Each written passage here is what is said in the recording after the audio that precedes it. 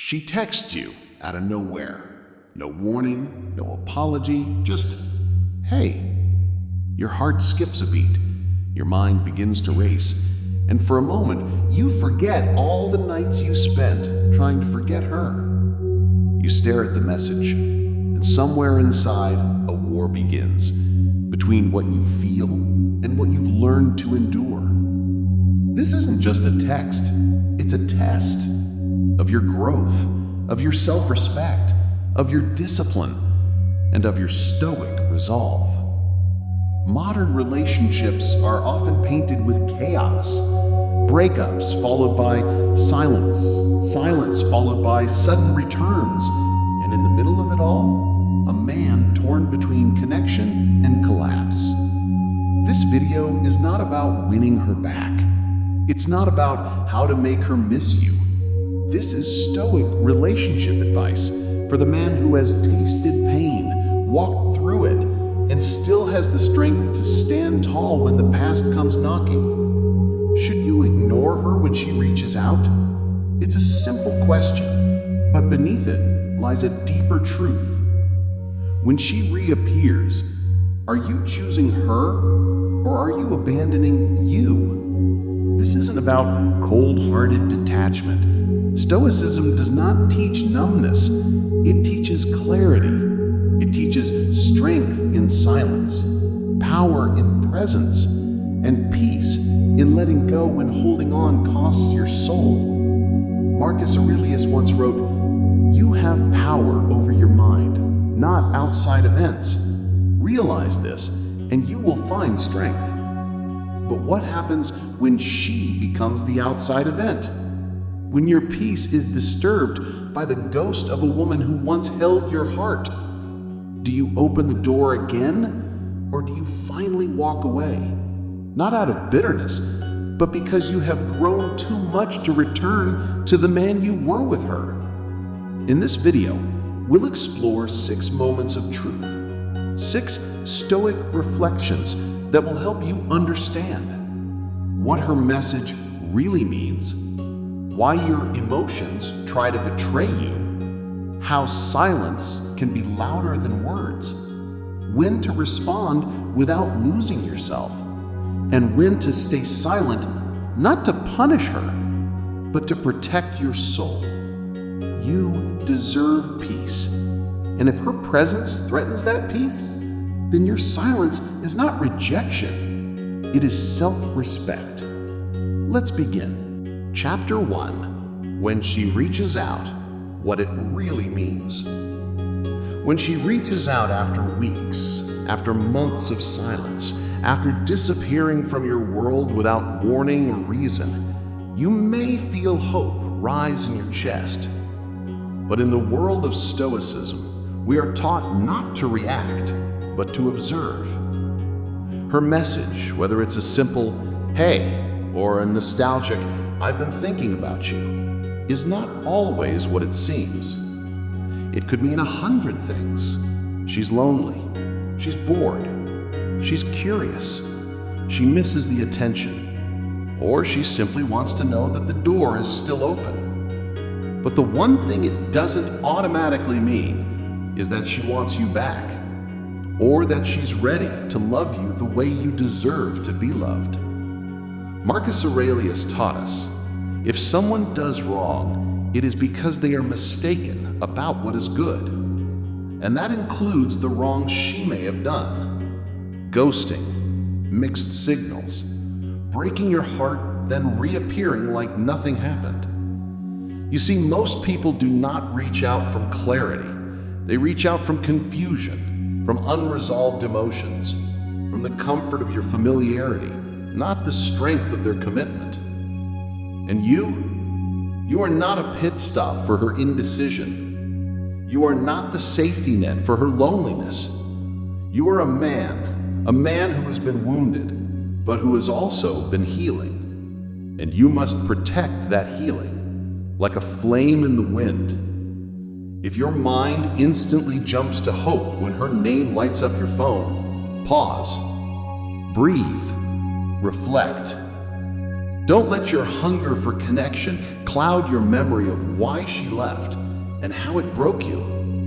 Because every time you ignore the lesson, you risk repeating the pain. You don't need to respond to validate yourself.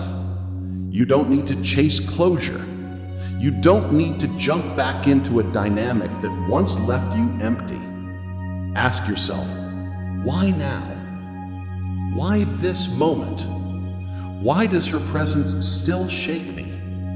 And if your answer is anything rooted in insecurity, ego, or unfinished emotion, then the most stoic response is silence. Not to hurt her, but to protect you. Epictetus once said, "If you want to improve, be content to be thought foolish and stupid." So if your silence makes her call you cold, let her. If your distance makes her say you've changed, let her. Because you have changed, you've grown, you've risen above the chaos, and now you're learning that not every reach deserves your hand in return. This is the beginning of wisdom. Not everything that returns belongs back in your life, especially if it cost you your peace to survive it the first time. Let her reach. Let her wonder. Let her feel the weight of your silence. Because in that silence, you finally hear yourself again. Chapter 2. The Ego Trap versus the Stoic Mindset. Sometimes, when she reaches out, it feels like the universe is finally acknowledging your worth. It feels like the silence you've endured, the pain you've processed, and the growth you've fought for are finally being recognized. It feels like justice, like proof that you mattered. But don't be fooled, because what you're feeling in that moment might not be peace returning. It could be your ego rising. The ego is seductive. It tells you she sees your value now. She regrets losing you. You are always the prize. And maybe that's true. But what if it's not? What if her message has nothing to do with your worth and everything to do with her loneliness, her boredom, her need for comfort, not commitment? The Stoic man does not rush to answer questions his heart has already outgrown. He does not chase closure from the same chaos he once begged to escape. The ego, however, is impatient. It craves attention, applause, and revenge disguised as validation. And it will tell you, that message is your moment. Don't miss it. Go back. Show her what she lost. But that's not strength. That's a trap. You see, ego is loud, but it's hollow. It wants to be fed, not fulfilled. It wants recognition, not restoration. When you allow the ego to lead, you reopen wounds that never fully healed. You fall back into cycles you once swore you'd break. You become reactive, unconscious, emotional. And there is nothing stoic about that. Stoicism teaches that your power lies in your perception, not in what she said, not in what you wish she meant, but in what you choose to believe and how you choose to respond. The Stoic man does not rush to answer questions his heart has already outgrown. He does not fear silence. He respects it, because silence often reveals what noise tries to hide. He knows that not every message deserves a reply, just as not every invitation deserves attendance. Sometimes she reaches out, not because she wants you back, but because she misses the version of herself she once was around you. And if you're not careful, if you let your ego run wild, you'll interpret her nostalgia as desire, her confusion as clarity, her words as truth, when in reality, they're just echoes. The Stoic pauses. He breathes. He observes. And he asks, without bias or fantasy, why now? What does this message awaken in me? Is this an opportunity for connection or a test of my self-control? Because here's the hard truth. Just because someone reaches out doesn't mean they've changed. Just because someone apologizes doesn't mean they understand. And just because they miss you doesn't mean they're ready for you. The ego forgets this, but the Stoic remembers. You don't need to prove your worth by returning. You already proved your strength by walking away. You don't need to demonstrate your value by responding. You already honored yourself by healing. And if she can't see that, let her miss you in peace. Let her wonder. Let her wrestle with the silence. Because your absence can be louder than any message you could send. The ego wants to be seen. The Stoic wants to see clearly. The ego reacts. The Stoic reflects. One pulls you back into the fire. The other lets you walk away from the smoke.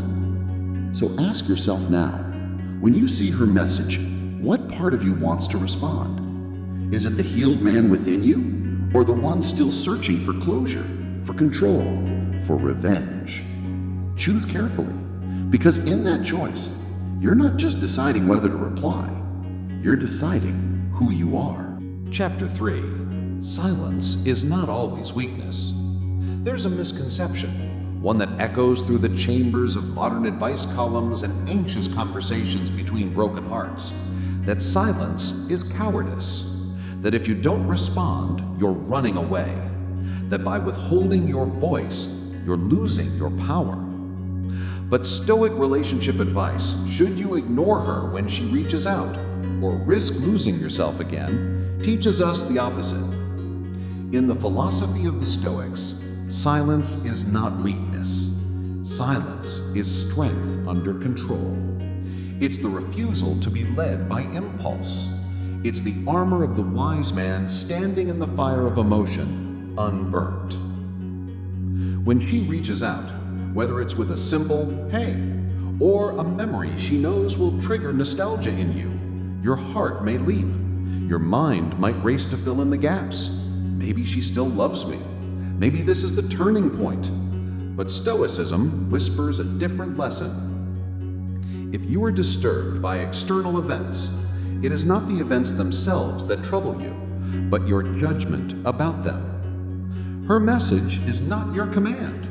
Her timing is not your destiny, and your silence is not your defeat. Sometimes silence is the most articulate boundary. It says, I hear you, but I have chosen peace.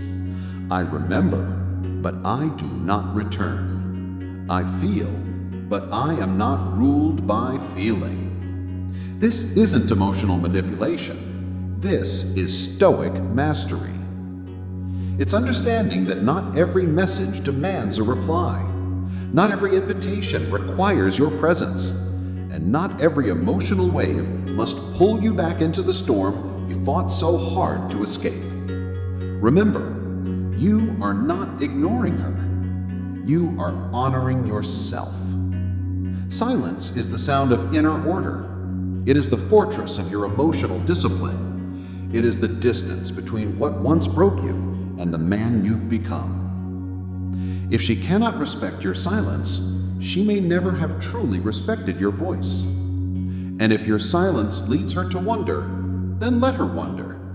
You are not cold. You are composed. You are not punishing. You are protecting. You are not indifferent.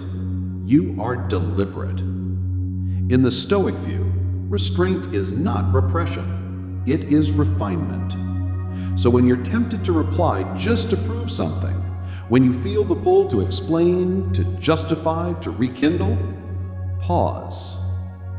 Let your silence speak with wisdom. Because sometimes the greatest act of self-respect is the message you never send. Chapter 4. The hidden cost of reopening old doors. There's a reason the Stoics warned against stirring what has settled. Because not every door that creaks open leads to peace. Some lead you straight back into the fire you fought to escape. Others whisper of comfort, only to suffocate you with the same old silence when you least expect it. When she reaches out, a message, a voice note, a memory sent like a hook. It's easy to mistake this for redemption, for love rekindled, for proof that she finally saw your worth. But beware, not every reach is an invitation. Sometimes it's her way of checking if you're still under her spell. Stoicism teaches us this: the past, once understood, must not be relived.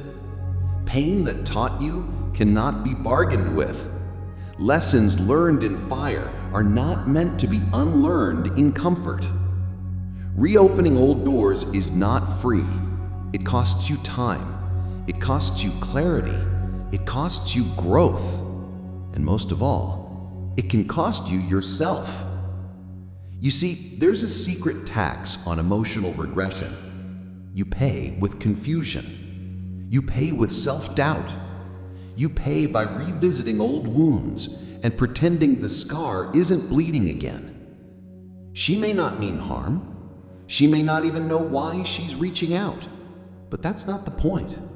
The Stoic doesn't measure life by intentions. He measures it by outcomes. And what is the likely outcome? A flicker of hope, followed by another cold withdrawal? A short reunion, followed by weeks of wondering what you did wrong again? And you end up rehearsing your worth in the mirror once more, asking yourself questions you'd already answered months ago. Is that the life you fought for? The Stoic path isn't about revenge. It's not about bitterness. It's about clarity, purpose, freedom. And freedom often means not touching what once broke you, even if it smiles when it knocks. So ask yourself honestly, what door are you about to reopen? And is what's behind it worth stepping back into who you used to be? Because every time you walk through that door, you leave the man you're becoming behind. And that, my brother, is the real cost. Chapter 5. Respecting your emotional boundaries. There comes a time in every Stoic's life when the battlefield is no longer outside, but within. Not a clash of swords, but of silence and self-respect. And in this silent war, your emotional boundaries are not just fences. They are sacred lines, invisible yet unbreakable. They protect not only your peace, but your future. When she reaches out and your heart flinches and your mind starts racing, that's not just nostalgia. That's the alarm bell of your inner guard, asking, are we really going back there again? Stoicism does not demand coldness. It demands clarity. And clarity means recognizing what drains you, even if it once lit you up. It means knowing when a conversation is healing and when it's reopening wounds stitched shut by your own courage. Your emotional boundaries are not for her. They are for you. They are reminders of how far you've come. They are proof that you no longer let chaos masquerade as connection. There's a reason Marcus Aurelius wrote, "You have power over your mind, not outside events." Realize this, and you will find strength. Your power lies in what you allow into your world and what you keep out, no matter how tempting. She may still be beautiful. Her voice may still echo comfort. Her words may still feel like home. But if that home once left you starving for peace, why would you ever go back? Respecting your emotional boundaries doesn't mean you're cruel. It means you finally love yourself more than the illusion of what could be. And that is growth. You owe no explanations for guarding your soul, no apologies for protecting your calm. Because in the end, the peace you fought for must be defended by the same strength that earned it. So the next time she reaches out, breathe, pause, and ask, am I responding from my wounds or from my wisdom? Let that answer lead you, because the man who honors his emotional boundaries is the man who no longer abandons himself for for temporary warmth. Chapter 6. When to engage, when to let go. The Stoic test. There is a quiet power in knowing the exact moment to speak and the even greater moment to walk away. This is the test every Stoic man faces, not in the noise of emotion, but in the stillness of wisdom. When she reaches out, you're not just answering a message, you're answering a question the universe is asking you. Have you truly grown, or are you still chained to the hope of her change? Because not every door that reopens leads you forward. Some lead you back into a house that burned down, with your peace still inside. Seneca said, "It is not that we have a short time to live, but that we waste much of it. And nothing wastes more time than reliving pain disguised as possibility." So how do you know when to engage and when to let go? You engage when your mind is clear, your heart is healed, and there are no expectations, only grounded presence. You engage when you're not looking to fix anything, but simply to understand where you both stand without bending who you've become. But you let go when the same cycles begin to whisper again, when her words promise change, but your intuition reminds you of the past. You let go when peace starts leaking from your soul, just from a single conversation. This is not bitterness. This is discernment. A man who trains his soul in Stoicism knows that letting go sometimes is the highest act of love, not just for her, but for the man he must continue becoming. Because the goal is not to prove anything. The goal is not revenge, closure, or even being right. The goal is internal order, stillness, a soul unshaken by emotional bait. Remember Marcus Aurelius again. The best revenge is to be unlike him who performed the injury. And perhaps in your case, the best revenge is silence. Dignity, disinterest. Not because you don't care, but because you care too much about the man you've built through the ashes of that love.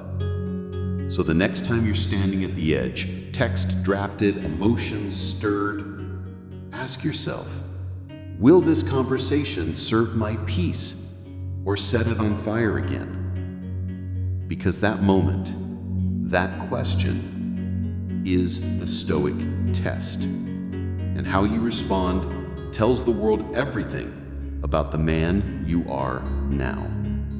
Let the world see that you have mastered the art of walking away with your soul intact.